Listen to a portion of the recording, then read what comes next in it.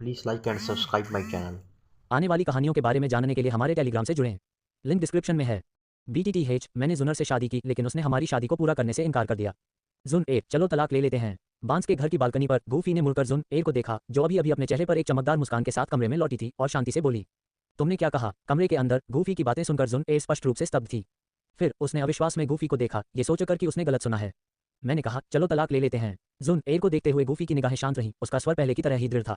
वह मूल रूप से पृथ्वी से था लेकिन एक कार दुर्घटना के बाद वह अप्रत्याशित रूप से डूकी हुई महाद्वीप में स्थानांतरित हो गया।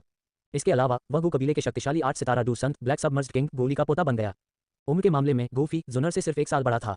वे दोनों बचपन के प्रेमी थे। हालांकि कुछ साल बाद कबीले के नेता गू युआन ने अचानक जुनर को वुटेन शहर में गुप्त रूप से भेजने का फैसला किया। उसे जियाओ कबीले के प्राचीन तुशे जैद की तलाश करनी थी। उस समय गूफी इसे रोकना चाहता था लेकिन वह सिर्फ कुछ साल का बच्चा था, गू कबीले के भीतर महत्वहीन। वह कबीले के नेता गू युआन द्वारा लिए गए फैसले को बदल नहीं सकता था। वह सिर्फ ये देख सकता था कि गू युआन द्वारा जुनर को गू दायरे से बाहर भेजा जा रहा है। उसके बाद गूफी ने गुप्त रूप से जुनर को वापस लाने का कोई रास्ता खोजने की कसम खाई। 10 साल में गूफी की साधना तेजी से आगे बढ़ी और वह गू कबीले का सबसे चमकदार प्रतिभाशाली व्यक्ति बन गया। यहाँ तक कि गू किंग यांग, जिसे कभी युवा कबीले का नेता नियुक्त किया गया था, भी उसकी तुलना में फीका पड़ गया। गू कबीले के भीतर उनकी प्रतिष्ठा पुरानी पीढ़ी के कई बुजुर्गों से भी ज्यादा थी। इसके बाद गू फेई ने कबीले के नेता की बेटी को गू कबीले में वापस लाने के लिए गू कबीले की बड़ी परिषद में आवेदन किया। इसके अलावा उन्होंने जुनर से शादी करने की इच्छा भी व्यक्त की। अपनी वर्तमान स्थिति और साधना में अद्वितीय प्रतिभा को देखते हुए गू युआन भी विवाह के लिए अत्यधिक सहायक थे। गू युआन तुरंत उनकी शादी के लिए सहमत हो गए। जुनर को गू दायरे में वापस लाने के बाद कबीले के नेता गू युआन ने व्यक्तिगत रूप से गू फेई और जुनर के बीच विवाह की व्यवस्था की। हालांकि दोनों विवाहित थे। पिछले 6 महीनों से जुनर ने गू फेई के साथ विवाह करने से इनकार कर दिया था, यहाँ तक कि उसे छूने की भी अनुमति नहीं दी थी। गू फेई के प्रति उसका रवैया किसी अजनबी के प्रति उससे भी ज्यादा ठंडा था। 6 महीने से ज्यादा समय तक गू फेई ने जुनर के प्रति दयालु होने के लिए वह सब कुछ किया जो वह कर सकता था। लेकिन ये सब एक तरफा लग रहा था। जुन एर को यह बिल्कुल भी पसंद नहीं आया। आज जुन एर बहुत खुश थी क्योंकि लिन यंग ने गू दायरे के बाहर से जियाओ यान के बारे में खबर वापस लाई थी। इससे पहले उसने लिन यंग से गू कबीले की मुख्य दूत तकनीक जियाओ यान को भेजने को भी कहा था।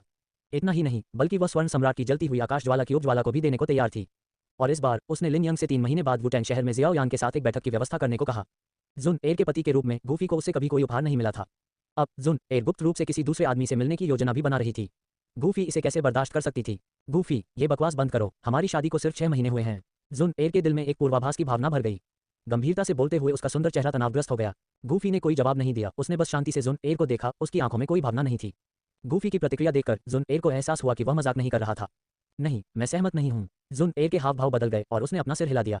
क्या शादी के बाद से ही हमारे बीच अच्छे संबंध नहीं रहे हैं? हमने कभी बहस भी नहीं की। मैंने क्या गलत किया है कि तुम तलाक मांग रहे हो? मैं तलाक के लिए बिल्कुल भी सहमत नहीं हूँ। जुन एर ने अपने होंठ सिकुड़े और गूफी को दृढ़ता से देखा। कबीले के नेता की बेटी के रूप में असाधारण प्रतिभा के साथ वह हर तरह से उज्ज्वल थी। अगर उसने गूफी को तलाक दे दिया तो ये दूसरों की दुर्भावनापूर्ण अटकलों को जन्म देगा और उसकी प्रतिष्ठा बर्बाद हो जाएगी। वह ऐसा कभी नहीं होने देगी। डिंग, जुन एर ने गुस्सा पैदा किया है। भावना अंक जोड़ 100। इस समय गूफी के दिमाग में एक परिचित सिस्टम अधिसूचना गूंजी। जुन एर के गू कबीले को छोड़ने के बाद गूफी निराशा में पड़ गया था और यह उस समय था जब भावना उन्नयन प्रणाली के साथ बंध गया। बहुत भाग्यशाली लोगों से भावनात्मक अंक एकत्र करके वह अपनी क्षमताओं को उन्नत कर सकता था। यह स्पष्ट उन्नयन प्रणाली की वजह से था कि गूफी पिछले 10 वर्षों में इतनी तेजी से बढ़ने में सक्षम था। साल अच्छा चल रहा है। हे जुन र के चेहरे पर बेहद गंभीर भाव देखकर गूफी खुद को उपहास करने से रोक नहीं पाए। तलाक से इनकार करने का तुम्हें क्या अधिकार है? जिस जुन र को वह पहले जानता था वह ठंडी लेकिन कोमल थी, लेकिन अब गूफी को सिर्फ ठंडक ही नजर आ रही थी। शादी के बाद भी कुछ नहीं बदला था, वे अब भी अजनबी जैसे थे। मुझे अधिकार क्यों नहीं है? तुम्हारे कहने पर हमें तलाक क्यों लेना चाहिए? गूफी के चेहरे पर ठंडी उपहास देखकर जुन र भड़क गई और वह पागलों की तरह चिल्लाई, हे तुम पहले से ही धोखा देने की कगार पर हो और फिर भी मुझसे पूछ रहे हो कि क्यों? गूफी ने फिर से उपहास किया। उसे यह महिला कई सालों से पसंद थी। अब उसने आखिरकार उससे रिश्ता तोड़ने का मन बना लिया था।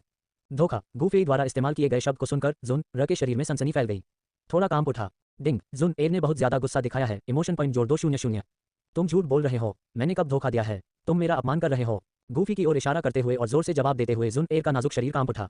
झूठ बोल रहे हो? गूफी की आंखों में तिरस्कार का भाव दिखाई दिया। उसे उम्मीद नहीं थी कि यह महिला अब भी इनकार करेगी। उसने जोर से कहा, तुम अभी किससे मिले हो? क्या तुम्हें लगता है कि कोई नहीं जानता? लिंग यंग मेरे बड़े हैं। गू दायरे में मेरे वर्षों के दौरान लिंग यंग ने मेरी देखभाल की। क्या मेरे लिए उनके संपर्क में रहना गलत है? गूफी के शब्दों को सुनकर जुन एर क्रोधित हो गई और उसने सही तरीके से उससे सवाल किया। लिंग यंग से संपर्क करने में कुछ भी गलत नहीं है, लेकिन जब तुमने लिंग यंग से संपर्क किया तो तुम वास्तव में किसी और के बारे में चिंतित थे। तुम अपने पति मुझसे ज्यादा अपने उस पुराने प्रेमी की परवाह करती हो। गूफी ने मजाक करते हुए कहा। जुन एर की आंखों में तुरंत अपराध बोध की झलक दिखाई दी। डिंग, जुन एर ने घबराहट जोड़ गुस्सा पैदा किया है। भावना अंक जोड़ 100। बकवास। क्या पुराना प्रेमी? मैं इतने सालों तक जियाओ परिवार में रहा और उसे सिर्फ एक भाई परिवार की तरह माना। मुझे अपने परिवार की थोड़ी ज्यादा परवाह है। क्या ये गलत है? जुन एर को बहस करते हुए देखकर गूफी की आंखों में और भी तिरस्कार झलक रहा था। हे, एक तथाकथित परिवार का सदस्य जिसका कोई खून का रिश्ता नहीं है, क्या तुम कबीले के रहस्य को छिपाने के लिए डू तकनीक और यहाँ तक कि गोल्डन सम्राट के जलते हुए आकाश की उपलौ भेजने के लिए भी योग्य हो? गूफी ने व्यंग्य किया। और क्या तुम उसके साथ होने वाली हर चीज पर लगातार ध्यान देने और यहाँ तक कि अपनी अगली मुलाकात के लिए समय निर्धारित करने के योग्य हो? क्या तुम पहले से ही कल्पना कर रहे हो कि अगली बार जब तुम अपने तथाकथित भाई से मिलोगे तो उसे कैसे कसकर गले लगाओगे? जब उसने कहा तो गूफी की आंखें घृणा और घृणा से भर गईं। एक ऐसी महिला के लिए जिसका दिल उसका नहीं था, चाहे वह कितनी भी खूबसूरत क्यों न हो, गूफी को अब उससे कोई लगाव नहीं था। अध्याय 2, शादी की रात के लिए तैयार नहीं। तुम। गूफी की आंखों में देखते ही जुनर का दिल कांप उठा और उसके स्वर में तिरस्कार की भावना सुनाई दी। इस दौरान गूफी हमेशा उसके प्रति बहुत विचारशील रहा था, लगातार उसे खुश करने और उसकी देखभाल करने की कोशिश करता रहा था। उसने पहले कभी इस तरह से उस पर अपनी आवाज़ नहीं उठाई थी, लेकिन अब उसकी पिछली विनम्रता पूरी तरह से गायब हो गई थी और जुनर इसे स्वीकार नहीं कर सका। डिंग। जुनर को घबराहट का एहसास हुआ, भावना मूल्य जोड़ 100। लेकिन फिर भी मैंने कभी भी आपके साथ कुछ गलत नहीं किया। गूफी की आंखों में देखने की हिम्मत न करते हुए जुनर ने अपना सिर नीचे कर लिया। उसका स्वर अब पहले जैसा आत्मविश्वासी नहीं था, इसके बजाय उसमें थोड़ी नाजुकता थी। सच में, तुम्हारे पति के रूप में मैंने तुम्हें कई बार मेरे साथ बाहर जाने के लिए आमंत्रित किया है, लेकिन तुमने हमेशा खेती और कई अन्य कारणों जैसे बहाने बनाकर मना कर दिया। लेकिन जब बात तुम्हारे तथाकथित जियाओयान भाई की आती है तो तुम बिना कुछ कहे उससे मिलने के लिए दौड़ पड़ती हो, यहाँ तक कि इसे बाकी सभी से छिपाने की कोशिश करती हो। क्या ये तुम्हें संदिग्ध नहीं लगता? गूफी के होंठ एक फीकी, लगभग सुंदर मुस्कान में बदल गए। कोई व्यंग्य नहीं था, कोई तिरस्कार नहीं था, बस एक शांत उदासीन स्वर था। गूफी के शांत भाव को देखकर जुनर घबरा गई। उसने महसूस किया कि गूफी शायद अब उसकी परवाह नहीं करता। इसके अलावा गूफी के शब्दों ने जुनर को शर्म की गहरी भावना महसूस कराई। एक पत्नी के रूप में उसने अपने कर्तव्यों को पूरा नहीं किया था, और एक विवाहित महिला के रूप में उसे अन्य पुरुषों से उचित दूरी बनाए रखनी चाहिए थी, जो एक लिखित नियम था। डिंग। जुन एर को अपराध बोध और घबराहट का अनुभव होता है, भावना मूल्य जोड़ 200। मैं। गूफी, ये वैसा नहीं है जैसा तुम सोचती हो, मैं तो बस। तुमने कभी भी अपने पति के रूप में मेरी परवाह नहीं की। चाहे मैं तुम्हारे लिए कितना भी अच्छा क्यों ना हो, तुम्हारे पुराने प्रेमी की तुलना में ये कभी भी पर्याप्त नहीं है। नहीं, ऐसा नहीं है कि मुझे तुम्हारी परवाह नहीं है। इस बिंदु पर खुद जुनर को भी बोलना जारी रखना मुश्किल लगा।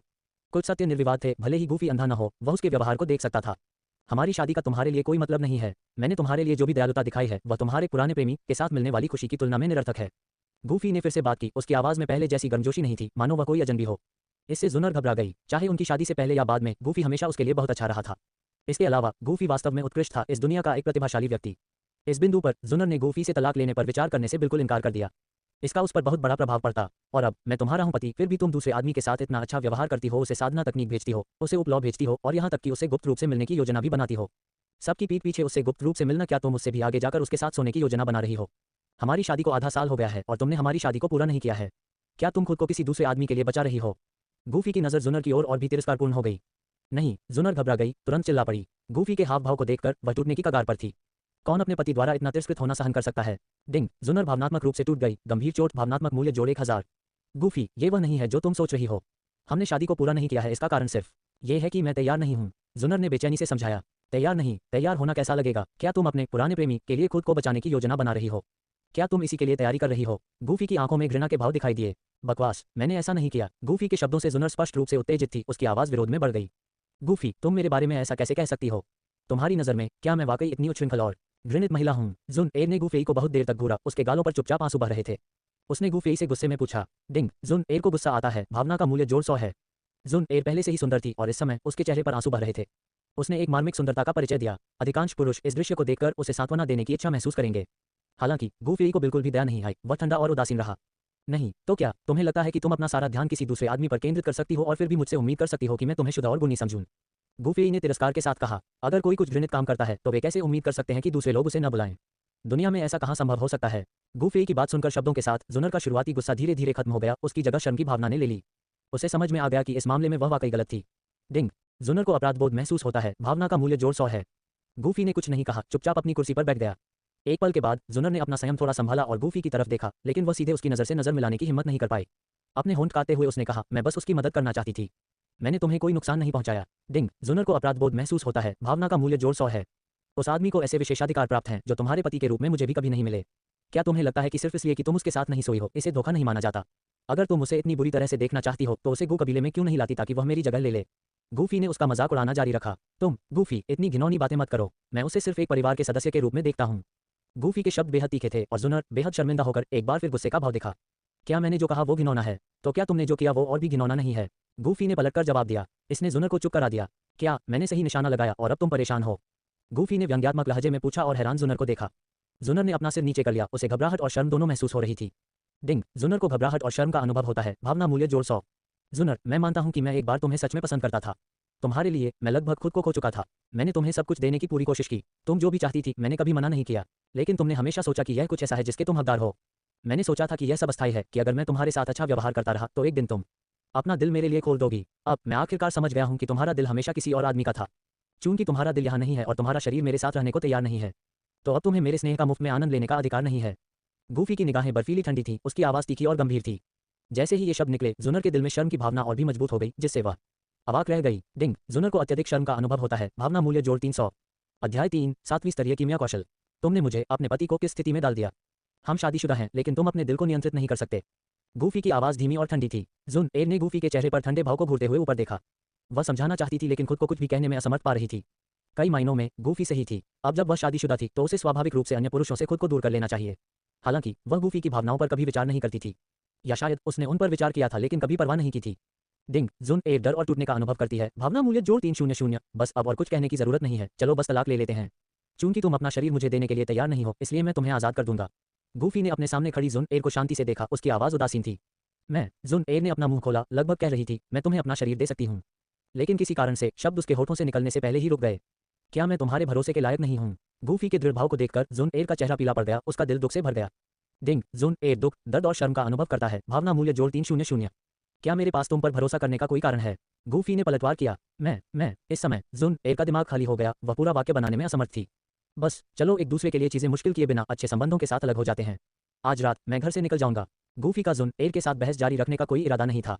ये शब्द पीछे छोड़कर वह मुड़ा और नीचे जाने के लिए तैयार हो गया। ये घर जुनर का था। पहले गूफी ने हर बात में जुनर की बात मानी थी, इसलिए उनकी शादी के बाद भी जब जुनर ने अपने घर में रहने की इच्छा जताई, तो गूफी ने तुरंत सहमति दे दी। अब जब बात इस हद तक बढ़ गई थी, तो गूफी को स्वाभाविक रूप से रहने का कोई कारण नहीं दिख रहा था। नहीं, तुम मेरे पति हो, तुम मुझे नहीं छोड़ सकते।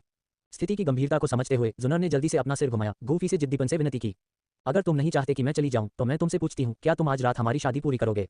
जुनर के शब्दों को सुनकर गूफी ने भौहें सिकुड़ी, उसकी आंखों में एक अवर्णनीय घृणा भरी हुई थी और उसने एक आखिरी सवाल पूछा। मैं, जुनर के पास शब्द नहीं थे। उसने पहले भी इस बारे में सोचा था, लेकिन अब वह तैयार नहीं थी। ठीक है, कल सुबह मैं जाकर कबीले के नेता को इस मामले की जानकारी दूंगी। इस बार बांस की इमारत से गूफी के कदम दृढ़ थे। जुनर के उसे मनाने की पूरी कोशिश करने के बावजूद भी वह नहीं रुका। ... अब तक रात हो चुकी थी और अंधेरे ने जमीन को ढक लिया था। आसमान से ठंडी चांदनी बरस रही थी, जिसने पूरी पर्वत श्रृंखला पर एक हल्का चांदी का पर्दा डाल दिया था। पर्वत श्रृंखला के केंद्र में महलनुमा इमारतों का एक समूह खड़ा था, जो प्राचीन जानवरों की तरह उठती गिरती थी, चांदनी के नीचे पुरातनता की हवा को बाहर निकालती थी। गूफी अकेले इन प्राचीन महलों से दूर एक पर्वत शिखर पर खड़ी थी। इस समय आसपास का माहौल असाधारण रूप से शांत था, जो गूफी के दिल में शांति को दर्शाता था। अब से मैं अपनी सारी ऊर्जा जुनर को खुश करने की कोशिश में खर्च नहीं करूंगी। गूफी ने राहत की भावना महसूस करते हुए गहरी सांस छोड़ी। ये पर्वत शिखर वह स्थान था जहां वह विवाह से पहले रहता था। उसे इस स्थान पर आए हुए आधा साल हो गया था। जैसे जैसे वह धीरे धीरे अपने पूर्व निवास की ओर बढ़ता गया, गूफी ने अपनी भविष्य की योजनाओं पर विचार करना शुरू कर दिया। ये डुक्यूई महाद्वीप था, जहां अनगिनत लोगों ने अपना जीवन एक महान डू भगवान बनने के अंतिम लक्ष्य को प्राप्त करने में बिताया। गूफी कोई अपवाद नहीं था। 10 साल पहले गूफी ने इमोशन अपग्रेड सिस्टम को सक्रिय किया था, जिससे वह एक साधारण व्यक्ति से गो कबीले का एक प्रतिभाशाली व्यक्ति बन गया। इमोशन अपग्रेड सिस्टम, इस सिस्टम का काम सरल था। गूफी प्रत्यक्ष या अप्रत्यक्ष रूप से महान भाग्य वाले लोगों में भावनात्मक उतार चढ़ाव को भड़काकर भावना अंक एकत्र कर सकता था। इन भावना अंकों का उपयोग उसकी विभिन्न क्षमताओं को उन्नत करने के लिए किया जा सकता था। इस दुनिया में लगभग सभी महान भाग्य वाले लोग मूल उपन्यास के नायक जियाओ यान के आसपास के लोग थे। भविष्य के फ्लेम सम्राट के रूप में जियाओ यान का भाग्य स्वाभाविक रूप से सामान्य लोगों से कहीं अधिक था। जियाओ यान के अलावा महान भाग्य वाले अधिकांश अन्य लोग उत्तर पश्चिम महाद्वीप में केंद्रित थे। पिछले कुछ वर्षों में गूफी ने लगभग पूरी तरह से जुन एर पर ध्यान केंद्रित किया था। जुन एर को गू कबीले में वापस लाने के लिए उसने गू दायरे में लगन से प्रशिक्षण लिया था। इसके अलावा गू कबीले के कुछ सदस्यों के पास थोड़ी मात्रा में भाग्य था, जिससे गूफी को तेजी से प्रगति करने में मदद मिली। हालांकि कम भाग्य वाले लोगों और उच्च भाग्य वाले लोगों से प्राप्त भावना बिंदुओं में बहुत अंतर था। उदाहरण के लिए, एक साधारण व्यक्ति को उकसाने से गूफी को केवल 0.1 या 0.5 भावना अंक मिल सकते हैं, लेकिन जुनर जैसे किसी व्यक्ति को उकसाने से, जो बहुत भाग्यशाली है, वह कई 100 भावना अंक प्राप्त कर सकता है। इसलिए अधिक भावना अंक एकत्र करने के लिए गूफी को डुक्यूई महाद्वीप के भाग्य धारकों को एक साथ इकट्ठा करने की आवश्यकता थी। भावना अंक 4000 अगले ही पल केवल गूफी को दिखाई देने वाला एक पैनल उसकी आंखों के सामने दिखाई दिया। गूफी को याद आया कि जब उसने जुनर से तलाक के लिए कहा था, उससे पहले उसके भावना अंक मुश्किल से 2000 से अधिक थे, लेकिन अब वे दोगुने होकर 4000 हो गए थे। इतने लंबे समय तक इन भावना बिंदुओं को बचाने के बाद अब मेरे गुणों को अपग्रेड करने का समय आ गया है। गूफी के दिमाग में एक विचार कौन था। विशेषता पैनल तुरंत उसके सामने आ गया। होस्ट गूफी, आयु 16, शक्ति स्तर 7 सितारा डू पूर्वज, योग्यता 101 90-110 सितारा डू सम्राट रक्तरेखा योग्यता है। काया 78 रॉयल रक्तरेखा के अंतिम चरण के 7वें रैंक जादुई जानवर के बराबर। आत्मा प्रारंभिक आत्मा क्षेत्र। तकनीक महान ज्वाला हृदय सूत्र निम्न स्वर्ग रैंक। डू कौशल ज्वाला भक्षण जेल उच्च पृथ्वी रैंक। सनबस्ट फिंगर मध्य पृथ्वी रैंक। स्वर्गीय सितारा कदम उच्च पृथ्वी रैंक। आंदोलन तकनीक कीमिया 6 स्तरीय। सिस्टम पैनल बहुत संक्षिप्त था और गूफी इससे बहुत परिचित था। सिस्टम कीमिया को अपग्रेड करें। गूफी ने सिस्टम को एक आदेश जारी किया। डिंग, होस्ट का वर्तमान कीमिया स्तर 6 स्तरीय है। 7 स्तरीय में अपग्रेड करने पर 3999 इमोशन पॉइंट खर्च होंगे। अभी अपग्रेड कर रहा हूँ। बस अगले ही पल गूफी के दिमाग में बहुत सारी जानकारी भर गई। कीमिया के बारे में ज्ञान उसके दिमाग में मजबूती से बैठ गया। कीमिया एक गहन और व्यापक अनुशासन था। सिस्टम ने उसे जो जानकारी दी थी, वह भी हिमशैल का केवल एक छोटा सा हिस्सा थी। गूफी ने अपने दिमाग में कीमिया के ज्ञान की सावधानीपूर्वक समीक्षा की, पूरी तरह से उसमें डूब गया। वह अच्छी तरह से जानता था कि शीर्ष स्तरीय कीमियागर बनना कितना मुश्किल है, लेकिन जब तक उसके पास सिस्टम था, वह दिन आ सकता था जब वह एक कीमियागर बन सकता था जो पूरे महाद्वीप को हिला सकता था। वह पूरी तरह से सिस्टम पैनल में लीन था और चूंकि वह उस पहाड़ पर था जहां उसका निवास था, गूफी ने बाहर कुछ भी नहीं देखा। कुछ ही दूरी पर गो कबीले की एक खूबसूरत युवा लड़की चुपचाप गूफी को देख रही थी। अध्याय 4 बड़ी खुशखबरी, भाई गूफी तलाक चाहता है। युवती का नाम गू यून्यू था। पूरे गू कबीले में उसकी ताकत को काफी प्रभावशाली माना जाता था। अपने अच्छे रूप और अच्छी ताकत के कारण गू यून्यू के कई प्रशंसक थे। हालांकि वह जुन एयर से तुलना नहीं कर सकती थी, लेकिन जुन एयर के चले जाने के बाद गू यून्यू को युवा पीढ़ी के बीच एक छोटी देवी के रूप में देखा गया। हालांकि वह हमेशा गूफी की प्रशंसा करती थी, जो गू कबीले की युवा पीढ़ी की शीर्ष प्रतिभा थी। उसके मन में उसके लिए बहुत पहले से भावनाएं विकसित हो गई थीं, लेकिन जब गूफी ने कबीले के नेता से पहली बार जुन एयर से शादी करने का अनुरोध किया तो उसका दिल टूट गया। हर रात गू यून्यू को आश्चर्य होता कि वह जुन एयर की तुलना में इतनी अच्छी क्यों नहीं थी। जुन एयर ने बहुत पहले ही गू कबीले को छोड़ दिया था, जबकि गू यून्यू गूफी के साथ बड़ा हुआ था। फिर भी साथ साथ बड़े होने का बंधन भी जुन एयर के आकर्षण को पार नहीं कर सका। इसके बावजूद गूफी के जुन एयर से शादी करने के बाद गू यून्यू अभी भी हर रात यहाँ आती थी, उसे याद करती हुई। गूफी इतनी शानदार थी कि वह उसे जाने नहीं दे सकती थी। आज गूफी को फिर से देखकर ऐसा लगा कि उसकी ताकत एक बार फिर बढ़ गई है। वह अब उसकी शक्ति या उसके भविष्य का अंदाजा नहीं लगा सकती थी। गूफी अपने सिस्टम इंटरफेस की सावधानीपूर्वक जांच कर रही थी और गू यून्यू अपने हाथ पर अपनी थोड़ी टिकाए उसे चुपके से देख रही थी, विचारों में खोई हुई। उसका चेहरा लाल हो गया और उसकी सांस अस्थिर हो गई। गूफी ने जल्दी से आसपास की गड़बड़ी को नोटिस किया। वहाँ कौन है? उसने सावधानी से देखा और पाया कि यह वह लड़की थी जिसके साथ वह बड़ा हुआ था, गू यून्यू। गूफी की तीखी निगाहों से चौंक कर गू यून्यू को डर था कि उसे पता चल सकता है कि वह कई दिनों से उसे चुपके से देख रही थी। गू यून्यू को घबराहट का अनुभव हुआ। भावना अंक जोड़ 3। घबराहट में उसने अपनी शर्मिंदगी को छिपाने के लिए बात की। भाई गूफी, तुम जुन एयर के साथ क्यों नहीं हो? उसे थोड़ी बेचैनी महसूस हुई, लेकिन उसने देखा कि गूफी बिल्कुल अलग लग रहा था। उसकी आंखें दूर थीं। पहले जुन एयर का नाम सुनते ही वह मुस्कुरा उठता था और उसकी नजरें नर्म हो जाती थीं। लेकिन अब वह उदासीन लग रहा था, मानो वह किसी अजनबी का नाम सुन रहा हो। अब मुझे जुन एयर के साथ जाने की कोई जरूरत नहीं है। जरूरत नहीं है। गू यून्यू के दिल में एक असामान्य भावना उमड़ पड़ी। कुछ महसूस करते हुए उसने सहज रूप से और अधिक के लिए दबाव डाला। हम अब जरूरत नहीं है। जुन एयर और मैं तलाक की तैयारी कर रहे हैं। गूफी ने गू यून्यू की आंखों में देखा। उसने उनमें उम्मीद की झलक देखी। गू यून्यू प्रत्याशा का अनुभव करता है। भावना अंक जोड़ 5। सिस्टम प्रॉम्प्ट सही समय पर आया। गूफी ने गू यून्यू के लाल चेहरे को देखा और समझ गया। क्या ये हो सकता है कि यह लड़की उसके तलाक की उम्मीद कर रही थी? क्या वह संभवतः उसे पसंद करती है? जैसे ही गूफी बोलने वाला था, एक जानी पहचानी आवाज ने उसे बीच में रोक दिया। मैं उसे तलाक नहीं दूंगी। गूफी और गू यून्यू दोनों आवाज के स्रोत की ओर मुड़े। यह जुन एयर थी जो अभी अभी आई थी। जुन एयर क्रोध का अनुभव करता है। भावना अंक जोड़ 100। वह गुस्से में दिख रही थी। उसकी नजरें गू यून्यू को घूरते हुए अमित थीं। गू यून्यू असहाय महसूस करते हुए पीछे हट गया और गूफी को देखा। उसे सहज रूप से उसकी मदद मांगते हुए देखकर जुन एयर बोलने वाला था, लेकिन गूफी ने उसे रोक दिया। तुम क्या कर रही हो यहाँ? गूफी की आंखें निराशा और गुस्से से भरी हुई थीं। उसने उसे डांटा, तुम्हारे दिल में पहले से ही कोई और है, तो तुम मुझे घृणा करने के लिए यहाँ क्यों आए हो? जुन एयर ने घबराहट में अपने निचले होंठ को काटा, यह महसूस करते हुए कि वह गलत थी। लेकिन फिर भी गूफी को गू यून्यू के साथ यहाँ नहीं होना चाहिए। तो तुम यहाँ गू यून्यू के साथ क्या कर रही हो? अगर मैं नहीं आता तो क्या तुम मुझसे पहले ही शादी कर लेती? जुन एयर की खूबसूरत आंखों में गुस्सा चमक रहा था। उसकी असंतोष उसकी कल्पना से बढ़ रहा था। हालांकि वह भाई जियाओयान से बहुत प्यार करती थी, लेकिन वह गूफी को गू यून्यू की देखभाल करने की अनुमति नहीं देगी। जुन एयर को गुस्सा आता है। भावना अंक जोड़ 100। जुन एयर ने गूफी को घूर कर देखा और अपने मन की बात कही। क्या ऐसा हो सकता है कि तुम उसकी वजह से मुझसे तलाक लेना चाहती हो? गूफी ने निराशा से उसकी ओर देखा और आह भरी। जुन एयर अब भी उतनी ही सुंदर और चमकदार थी, लेकिन वह अब वह छोटी लड़की नहीं थी जिसे वह पहले जानता था। जुन एयर, तुम ऐसा क्यों सोचती हो? मैं इस लड़की के साथ बड़ा हुआ हूँ। मेरे लिए एक बड़े भाई की तरह उसकी परवाह करना सामान्य बात है ना? तुम्हें सभी लोगों में से पता होना चाहिए कि मैं तलाक क्यों चाहता हूँ। जुन एयर की आंखें लाल थीं, फिर भी उसने हठपूर्वक गूफी की निगाहें पकड़ रखी थीं।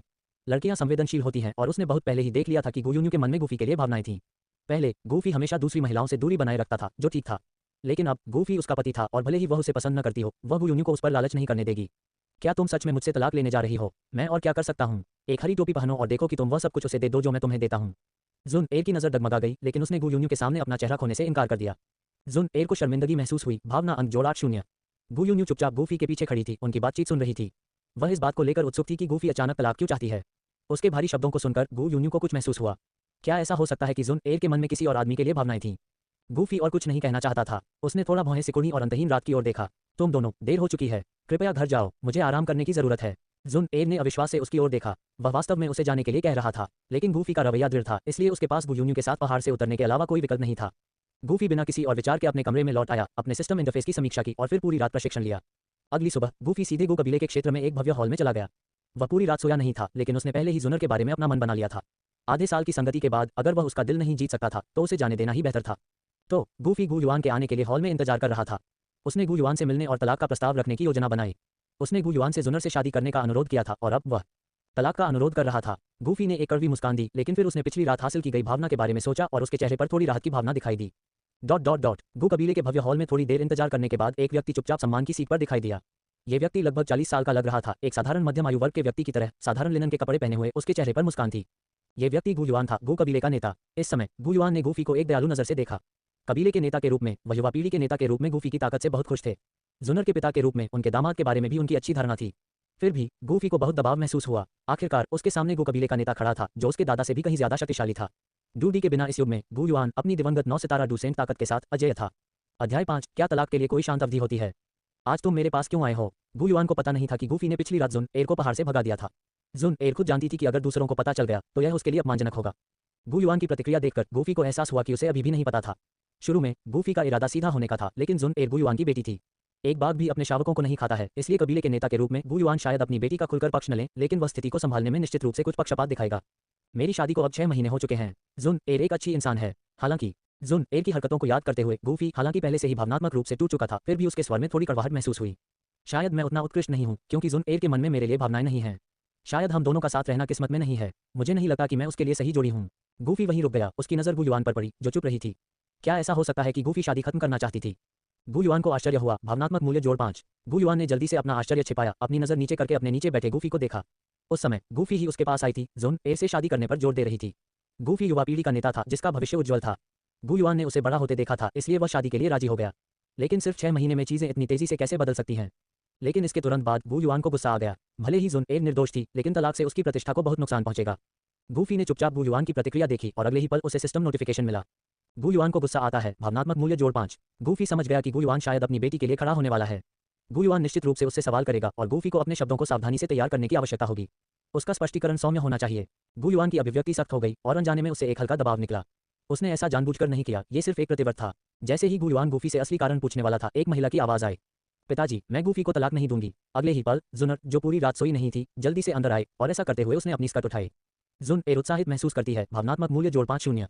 गूफी ने अपने मुंह के कोने पर एक मुस्कान दबा ली। पूर्व पत्नी जो भावनात्मक मूल्य प्रदान करती रही थी, वह सामने आ गई थी। गू युआन ने उसके शोरगुल वाले व्यवहार को स्नेह और अस्वीकृति के मिश्रण के साथ देखा। उसे बैठने की अनुमति देने से पहले एक नरम खर्राटे लिया। जुन एर ने गूफी के सामने बैठने का फैसला करने से पहले एक पल के लिए हिचकिचाहट की। वह उसके करीब बैठना चाहती थी, लेकिन वह उसे बिल्कुल भी चेहरा नहीं दिखा रहा था। आगे की परेशानी को न बुलाना बेहतर था। एक बार जब जुन एर बैठ गई तो गू युआन थोड़ा सीधा हो गया। उसकी चिंता स्पष्ट थी, क्योंकि उसने जल्दी से पूछा, गूफी आज सुबह मेरे पास कुछ चर्चा करने के लिए आया था। जुन एर, अपने पिता को बताओ, क्या तुम्हारे और गूफी के बीच कुछ हुआ है। उसकी चिंतित अभिव्यक्ति ने जुन एर को शर्मिंदा महसूस कराया और उसने अपना सिर नीचे कर लिया। जुन एर को शर्म आती है। भावनात्मक मूल्य जोड़ 5 0। अपना सिर नीचे किए जुन एर ने जवाब देने से इनकार कर दिया, इसलिए गू युआन ने अपनी नजर गूफी पर घुमाई।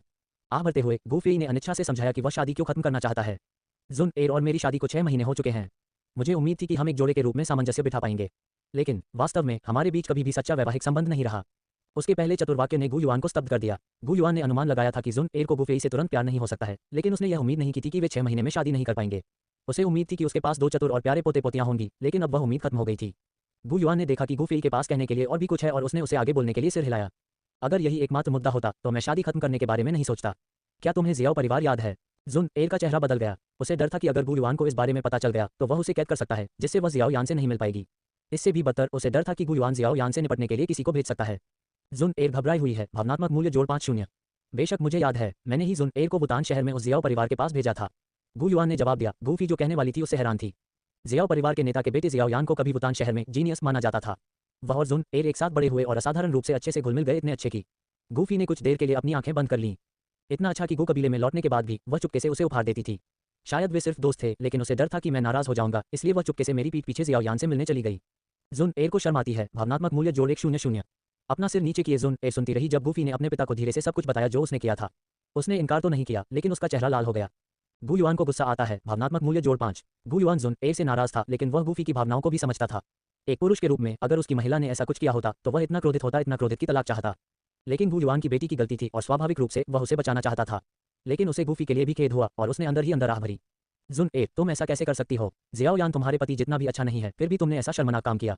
तुमने मुझे वाकई निराश किया है। जुन एर को शर्म आती है। भावनात्मक मूल्य जोड़ 2 0 0। अपने पिता की डांट से जुन एर और भी शर्मिंदा हो गई, लेकिन फिर गू युआन ने अपना स्वर बदल दिया। जुन एर को अपने किए पर पछतावा जरूर है। क्यों ना आप दोनों कुछ समय लेकर इस पर विचार करें। अगर आप 1 महीने के बाद भी तलाक पर जोर देते हैं तो मैं इसके लिए राजी हो जाऊंगा। गूफी का चेहरा थोड़ा अजीब हो गया। उसने उम्मीद नहीं की थी कि डुक्यूई महाद्वीप में भी तलाक के लिए कूलिंग ऑफ पीरियड जैसा कुछ होगा। बेशक गूफी इस तरह के बेतुके अनुरोध पर सहमत नहीं होना चाहता था। 1 महीना, क्या गू युआन ने सोचा था कि इससे वह जुन एर को उसके साथ विश्वासघात करने के लिए माफ कर देगा। लेकिन इस समय गूफी गू युआन का सीधे सामना नहीं कर सकता था। उसकी ताकत अभी गो कबीले के भीतर लापरवाही से काम करने के लिए पर्याप्त नहीं थी। उसके पास अनिच्छा से सिर हिलाने के अलावा कोई विकल्प नहीं था। कबीले के नेता, मैं वही करूंगा जो आप कहेंगे। गू युआन ने संतुष्टि में सिर हिलाया, लेकिन गूफी के अगले शब्दों ने उसे चौंका दिया। हालांकि मेरा मानना है कि 1 महीने के बाद भी मेरी भावनाएं अपरिवर्तित रहेंगी। गू युआन कबीले के नेता के रूप में काफी अधिकार रखता था। चूंकि उसने गूफी और जुनर के अलगाव को स्थगित करने का फैसला किया था, इसलिए गूफी को अस्थायी रूप से सहमत होना पड़ा। लेकिन भविष्य के बारे में कौन कह सकता है। अध्याय 6 एक जियो कबीले की हिम्मत कैसे हुई प्रतिस्पर्धा को बर्बाद करने की। गूफी खड़ा हुआ, गू युआन को सम्मानपूर्वक प्रणाम किया और फिर चला गया। पूरी बातचीत के दौरान उसने जुनर की ओर एक नज़र भी नहीं डाली। जुनर और गू युआन दोनों ने इसे देखा। जुनर के भीतर एक अजीब सी भावना उभर रही थी। क्या गूफी पहले उससे बहुत प्यार नहीं करता था? चीजें इतनी तेजी से कैसे बदल गईं? उसने असंतोष में अपने होंठ काटे। गूफी के जाने के बाद गू युआन ने एक गहरी सांस ली। उसकी बेटी बिगड़ गई थी, अनियंत्रित और लापरवाह हो गई थी। शादी के बाद भी वह अभी भी दूसरे आदमी के साथ उलझी हुई थी। क्या ये सब गू युआन के अत्यधिक भोग विलास का नतीजा नहीं था? जुनर उसकी दिवंगत पत्नी से बहुत मिलती जुलती थी, इसलिए उसने अनजाने में उससे अपनी उम्मीदें कम कर ली थीं। लेकिन अब ये कभी प्यारी और नाजुक बेटी एक ऐसी लड़की बन गई थी जो बिना किसी नियम या सम्मान के काम करती थी। गू युआन अब अनिश्चित था कि उसके पिछले निर्णय सही थे या गलत। वह देख सकता था कि गूफी के अनुरोध और उसकी प्रतिक्रिया धीरे धीरे गूफी के मन में जुन एर के लिए बचे हुए स्नेह को खत्म कर रहे थे। उसने इसका सारा दोष अपनी बेटी पर मढ़ा। जुन एर, क्या तुम्हें अपनी गलती का एहसास है? चूंकि तुमने गूफी से शादी की है, इसलिए तुम्हें अपने कामों के प्रति सचेत रहना चाहिए। तुम गुप्त रूप से किसी दूसरे आदमी से कैसे मिल सकती हो? इसके अलावा गूफी के मुकाबले जियाओ यान का क्या महत्व है? उसके जैसा बेकार, क्या वह इसके लायक भी है? गू युआन ने बहुत पहले जियाओ कबीले की जांच करने के लिए स्काउट भेजे थे, इसलिए वह जानता था कि गूफी की जियाओ यान के जीनियस होने की टिप्पणी झूठ थी। जियाओ यान बेकार से ज्यादा कुछ नहीं था। युवा पीढ़ी की देवी जुन एर को उसके जैसे बेकार में कैसे दिलचस्पी हो सकती है? गू युआन का लहजा कठोर नहीं था, बस एक पिता की अपनी बेटी को दी जाने वाली सामान्य सलाह थी। उसे लगा कि उसका लहजा काफी कोमल था, लेकिन जुन एर शिकायतों से भरी हुई थी। उसे अभी भी यकीन नहीं हो रहा था कि वह पूरी तरह से गलत थी। पिताजी, गूफी बिना किसी बात के इतना बड़ा बतंगड़ बना रही है। आप मुझे क्यों डांट रहे हैं? गू युआन ने जुनर को घूर कर देखा, लेकिन उसकी नम आंखों को देखकर उसका दिल नरम पड़ गया। वह बस एक आह भरकर हार मान सकता था। उसने जुनर को दूर करने के लिए अपना हाथ हिलाया और गूफी को मनाने के तरीके सोचने लगा। आखिरकार जाने से पहले गूफी के शब्द दृढ़ थे, वह वास्तव में जुनर को तलाक देना चाहता था। जुनर के जाने के बाद गू युआन लंबे समय तक चिंतन में बैठा रहा और फिर गूफी के दादा गूली से मिलने का फैसला किया ताकि युवा जोड़े के रिश्ते पर चर्चा की जा सके। गू युआन को उम्मीद थी कि गूली गूफी को पुनर्विचार करने के लिए राजी कर सकता है। गूफी अपने दादा का बहुत सम्मान करता था, इसलिए अगर गूली उससे बात करता तो अभी भी उम्मीद हो सकती थी। इस बीच ये खबर कि गूफी और जुनर एक के बाद एक कबीले के नेता से मिलने गए थे, पूरे गू कबीले में तेजी से फैल गई। गू यून्यू की अफवाहों के साथ, जिसे पिछली रात जुनर के साथ पहाड़ की चोटी से खदेड़ दिया गया था, कहानी और भी व्यापक हो गई। गू यून्यू ने अपनी आंखों में एक धूल चमक के साथ जाने से पहले पिछली रात क्या हुआ था इसके बारे में कुछ विवरण बताए थे। गू कबीले में अफवाहें वहां से और तेज हो गईं। अब कबीले में कई लोग जानते थे कि गूफी और जुनर के रिश्ते में खटास आ गई थी। जब गूफी और जुनर की शादी हुई तो ये कबीले में एक गर्म विषय था। जुनर को युवा पीढ़ी की देवी के रूप में देखा जाता था और गूफी को उनमें से सबसे शक्तिशाली माना जाता था। उनके मिलन ने स्वाभाविक रूप से बहुत चर्चा को जन्म दिया, लेकिन अब केवल आधे साल बाद उनकी शादी टूटने की कगार पर लग रही थी, जिससे विवाद की एक नई लहर उठ खड़ी हुई। हॉल से निकलने के बाद गूफी अपने निवास पर वापस चला गया। अपनी गहरी इंद्रियों से उसने देखा कि चलते समय उसकी ओर फुसफुसाहटें और नजरें आ रही थीं। उसे पता था कि खबर फैल गई होगी। गूफी ने अपना सिर हिलाया। इस स्थिति से जो भी परिणाम निकले वह उसकी चिंता का विषय नहीं था। आमतौर पर जो लोग गूफी की चापलूसी करते थे वे दूर खड़े होकर आपस में फुसफुसाते रहते थे। कभी कभी उत्सुक, उत्साहित या नाराज नजरें उस पर पड़ जाती थीं। हालांकि गूफी को ये नजरें अच्छी लगती थीं, उनकी ओर ध्यान आकर्षित करने के लिए नहीं, बल्कि उन्हें मिलने वाली भावनात्मक ऊर्जा के लिए। गू यू, जिज्ञासा भावना, भावनात्मक मूल्य जोड़ 1। गू फेयांग, नाराजगी भावना, भावनात्मक मूल्य जोड़ 1। गू याओ, क्रोध भावना, भावनात्मक मूल्य जोड़ 5। हालांकि इनमें से किसी भी व्यक्ति की कोई खास नियति नहीं थी और उनके भावनात्मक मूल्य बाल्टी में एक बूंद की तरह थे, हर छोटी सी मदद ने मदद की। गूफी ने उन्हें दूर नहीं किया। हालांकि गू याओ नाम के किसी व्यक्ति की क्रोध भावना ने उसका ध्यान खींचा। भीड़ में गू याओ नाम के आदमी ने गूफी को गुस्से से देखा। वह गुस्सा खासतौर पर गूफी पर नहीं था। गू याओ ने एक बार जुन एर की प्रशंसा की थी क्योंकि वह गू कबीले में युवा पीढ़ी की देवी थी। लेकिन जुन एर के गूफी से शादी करने के बाद गू याओ को उसे छोड़ना पड़ा। वह खुद को एक सज्जन व्यक्ति मानता था और किसी और की पत्नी को लेने का अनैतिक कार्य नहीं करेगा। इसके अलावा उसे यह स्वीकार करना पड़ा कि गूफी एक ऐसी व्यक्ति थी जिसका वह सम्मान करता था और प्रशंसा करता था। लेकिन अब यह जियाओ यान कोई नहीं कहीं से प्रकट हुआ था। यह जियाओ यान कौन था? वह तस्वीर में कैसे आया और वह उस पर इतना क्रोधित क्यों था? ये पता चला कि गू याओ को गूलिंग से, जिसने एक बार जुन एर को लाया था, जुन एर और गूफी के बीच दरार के पीछे संभावित कारण के बारे में पता चला था। यह संभवतः उत्तर पश्चिमी क्षेत्र के जियाओ यान नाम के एक अज्ञात व्यक्ति के कारण था। अगर जुनर जियाओ यान की वजह से गूफी से झगड़ रही थी तो इसका मतलब सिर्फ इतना हो सकता है कि उसके मन में उसके लिए भावनाएं थीं। गू याओ होशियार था और उसने एक ही संकेत से स्थिति को जल्दी से समझ लिया। एक बार उसने पीछे हट लिया था क्योंकि गूफी बेहतरीन था और जुनर का पति बनने के योग्य था। लेकिन जियाओ यान के बारे में क्या? उसके जैसा कोई नहीं कैसे तुलना कर सकता था। गू याओ जितना ज्यादा इस बारे में सोचता उतना ही ज्यादा क्रोधित होता।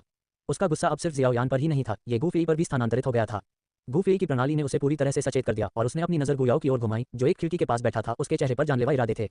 गूफी ने शांति से गू याओ की नजर से नजर मिलाई, हल्की सी मुस्कान दी और पहाड़ पर चढ़ता चला गया। गूफी के शांत व्यवहार को देखकर गू याओ का गुस्सा और बढ़ गया।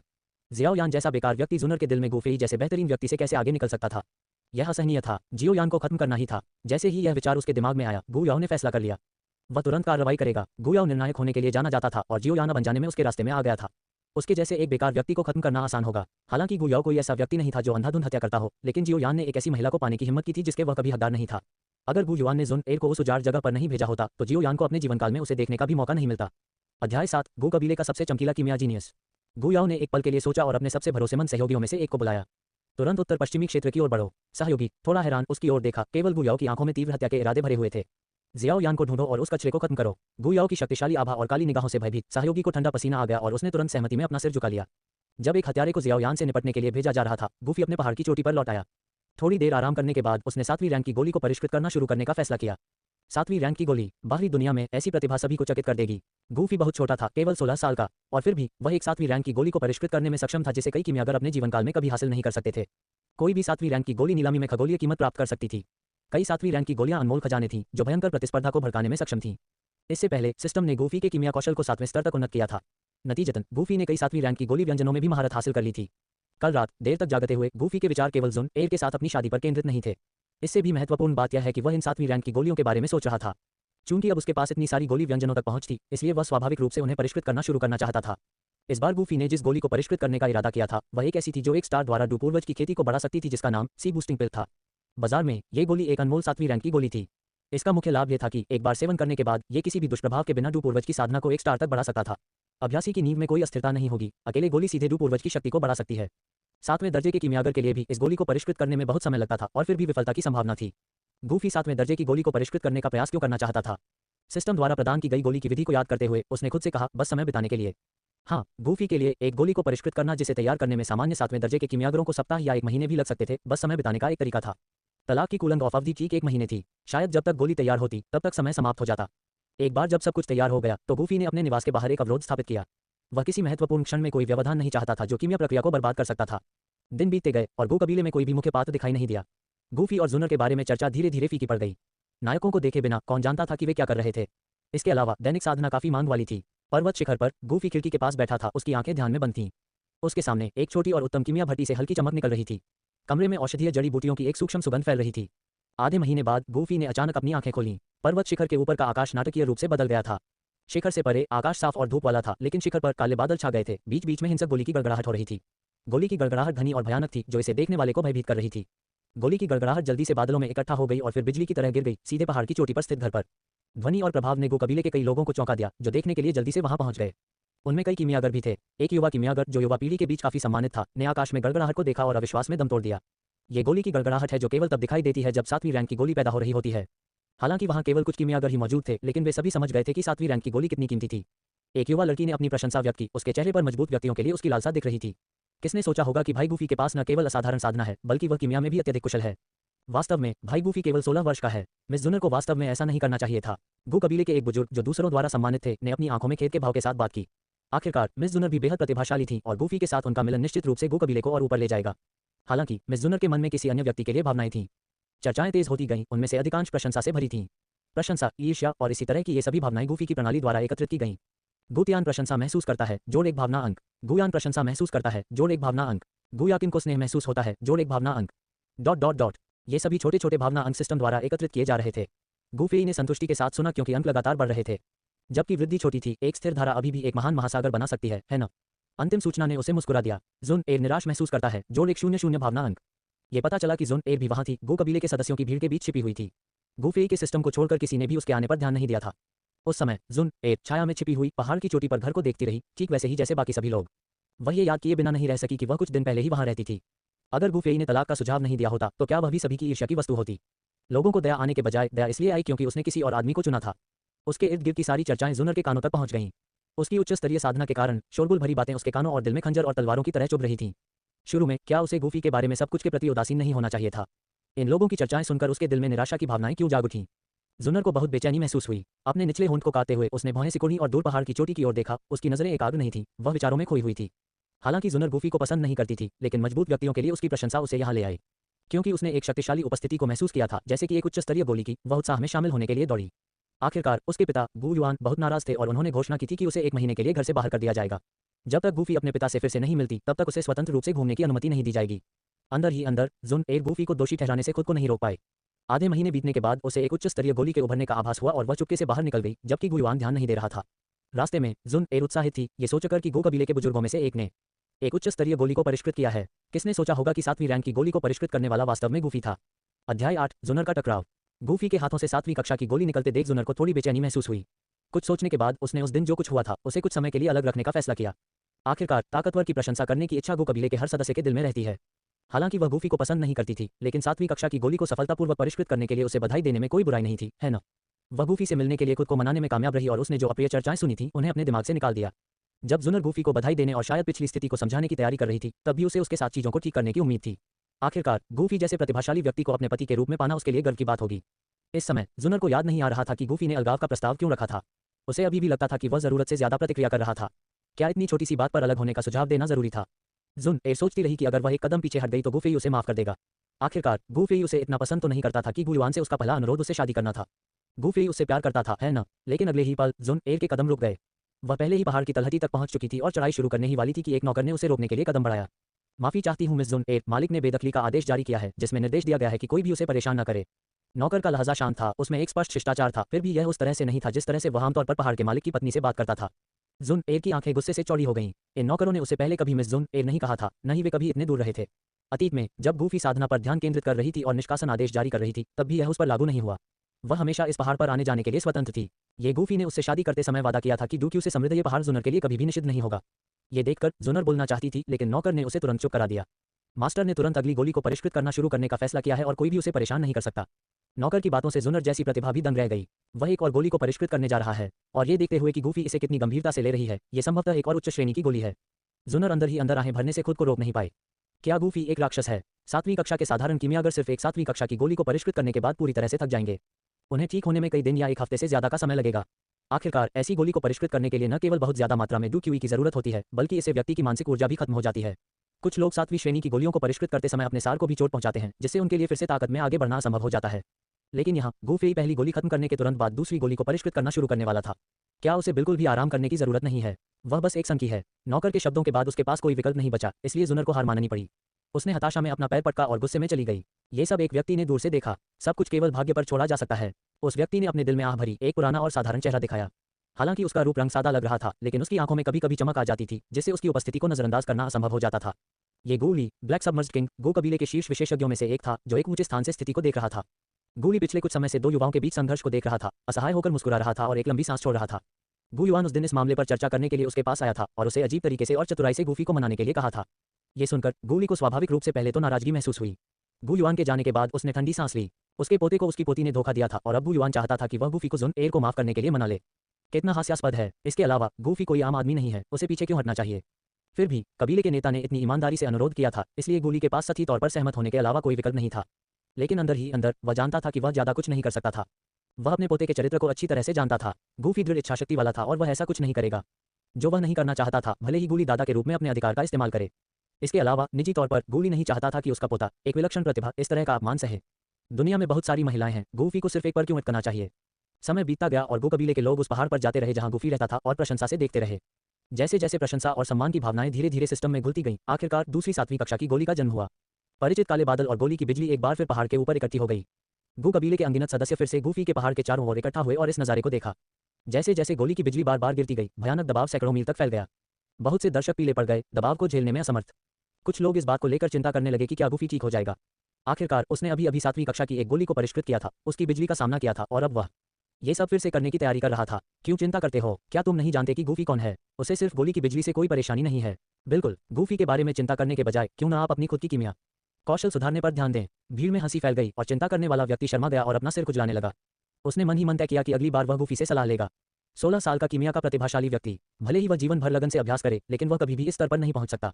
तभी जुन एर प्रकट हुई, पहाड़ की ओर तेजी से बढ़ रही थी। वह पहाड़ की तलहटी में खड़ी थी, उसकी भौहें गुस्से से उठी हुई थी, उसकी आंखें क्रोध से भरी हुई थीं। जुन एर को गुस्सा आता है। भावनात्मक मूल्य जोड़ 200। गूफी ने भौहें सिकोड़ी, पहाड़ की ओर देखने के लिए अपनी आंखें खोलीं। बहुत नीचे उसने एक छोटी सी आकृति देखी। उस आकृति ने गहरी सांस ली और गुस्से से भरी आवाज में, जिसे डूक्यू ने बढ़ा दिया था ताकि पहाड़ की चोटी पर साफ सुना जा सके, चिल्लाया, गूफी, मुझे उम्मीद नहीं थी कि तुम इस तरह के व्यक्ति हो। तुम भाई जियाओयान की हत्या करने के लिए किसी को कैसे भेज सकते हो? भीड़ में हंगामा मच गया। जो लोग स्थिति को जानते थे वे जुनर के आरोप पर संदेह कर रहे थे, जबकि अन्य लोग विचार करने लगे या हिचकिचाने लगे। वुटैन शहर में जियाओ कबीले का बेटा जियाओयान भी जुनर का पूर्व प्रेमी था। क्या ऐसा हो सकता है कि गूफी अपनी पत्नी द्वारा धोखा दिए जाने के बाद ईर्ष्या और आक्रोश से बाहर निकलकर जियाओयान को नुकसान पहुंचाने की कोशिश कर रहा था? शायद वह व्यभिचारी को मारना भी चाहता था, लेकिन जब किसी ने अस्थायी रूप से यह सुझाव दिया तो यह विचार तुरंत विरोध की लहर में डूब गया। असंभव, हम गूफी के बारे में बात कर रहे हैं। ठीक है, क्या वह जुनर की वजह से किसी आम आदमी को चोट पहुंचाएगा? इसके अलावा गूफी को अब जुनर बिल्कुल पसंद नहीं है और वह अंधाधुंध हत्या करने वाला व्यक्ति नहीं है।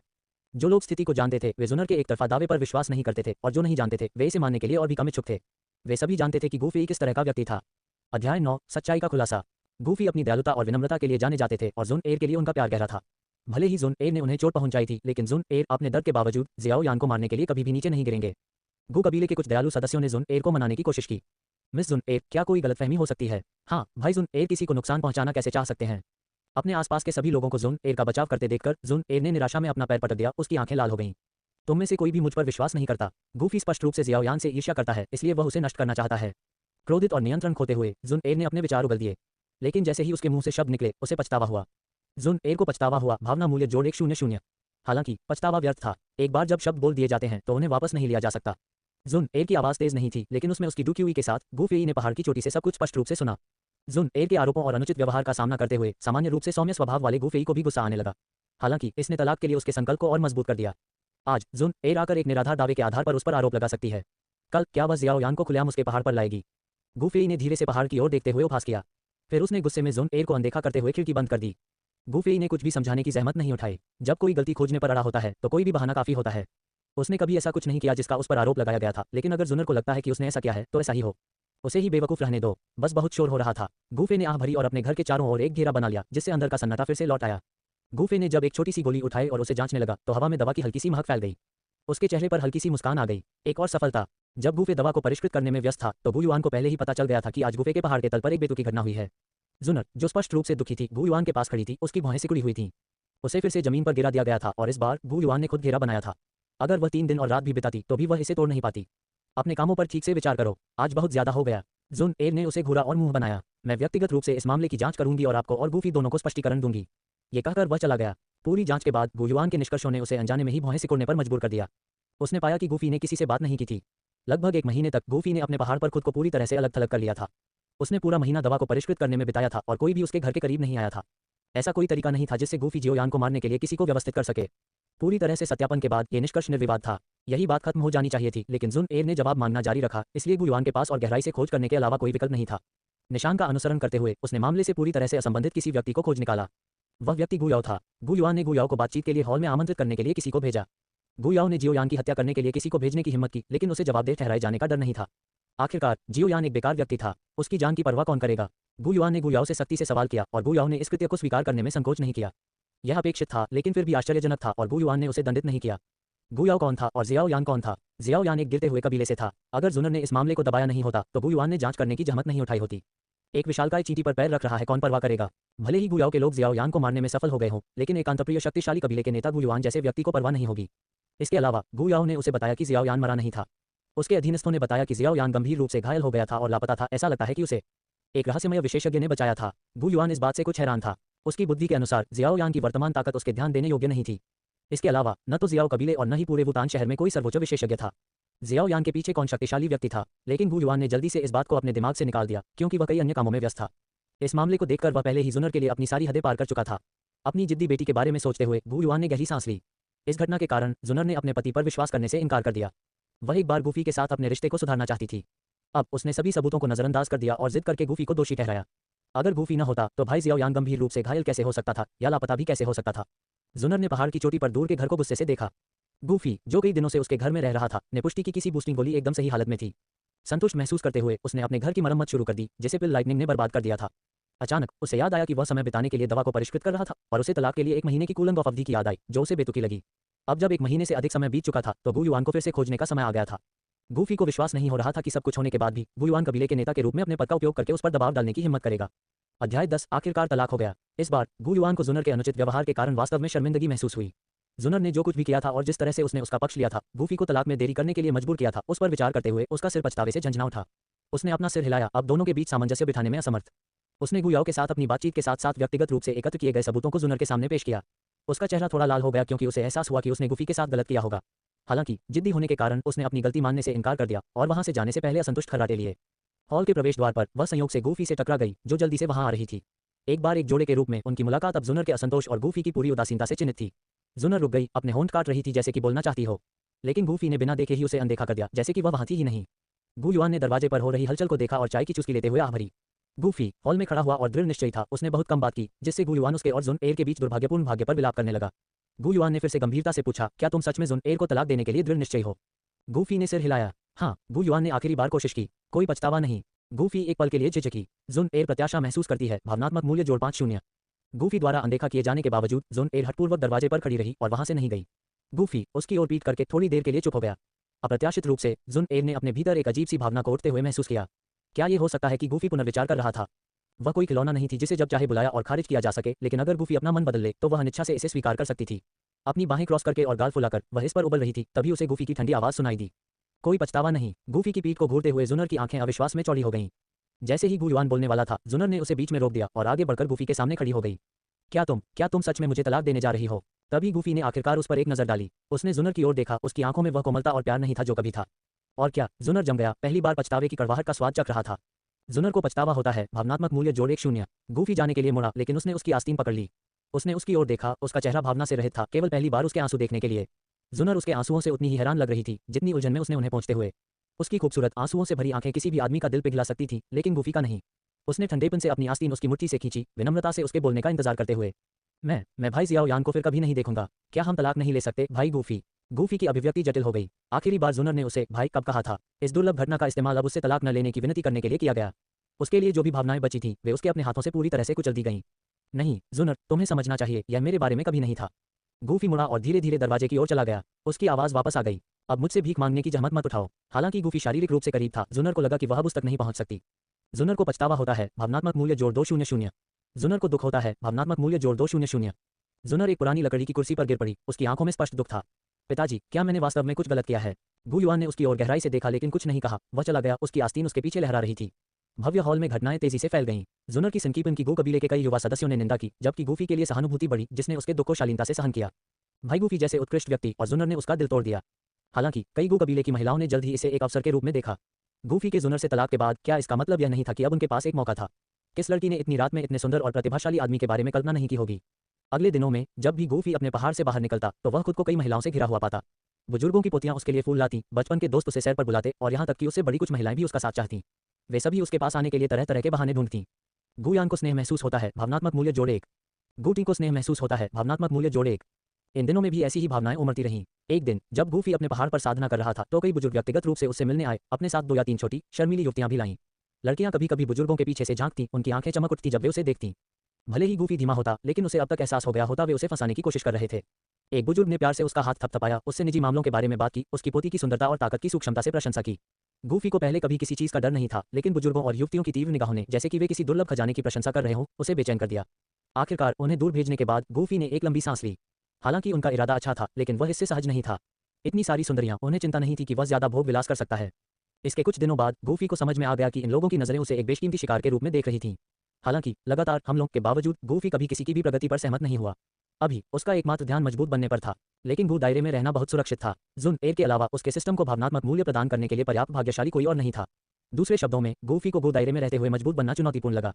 वह गू दायरे में शांति से साधना कर सकता था। आखिरकार यह संसाधनों से भरपूर था और उसके दादा गूली कबीले में एक बहुत ही सम्मानित व्यक्ति थे। गूफी का भविष्य निस्संदेह उज्जवल होगा यदि वह कड़ी मेहनत के लिए प्रतिबद्ध हो।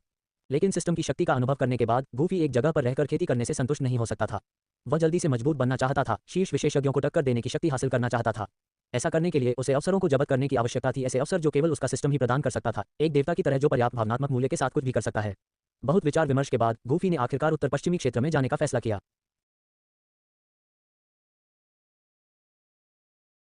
ऐसी ही बेहतरीन कहानियां सुनने के लिए केपी नॉवल चैनल को लाइक, शेयर और सब्सक्राइब करें। आने वाली कहानियों के बारे में जानने के लिए हमारे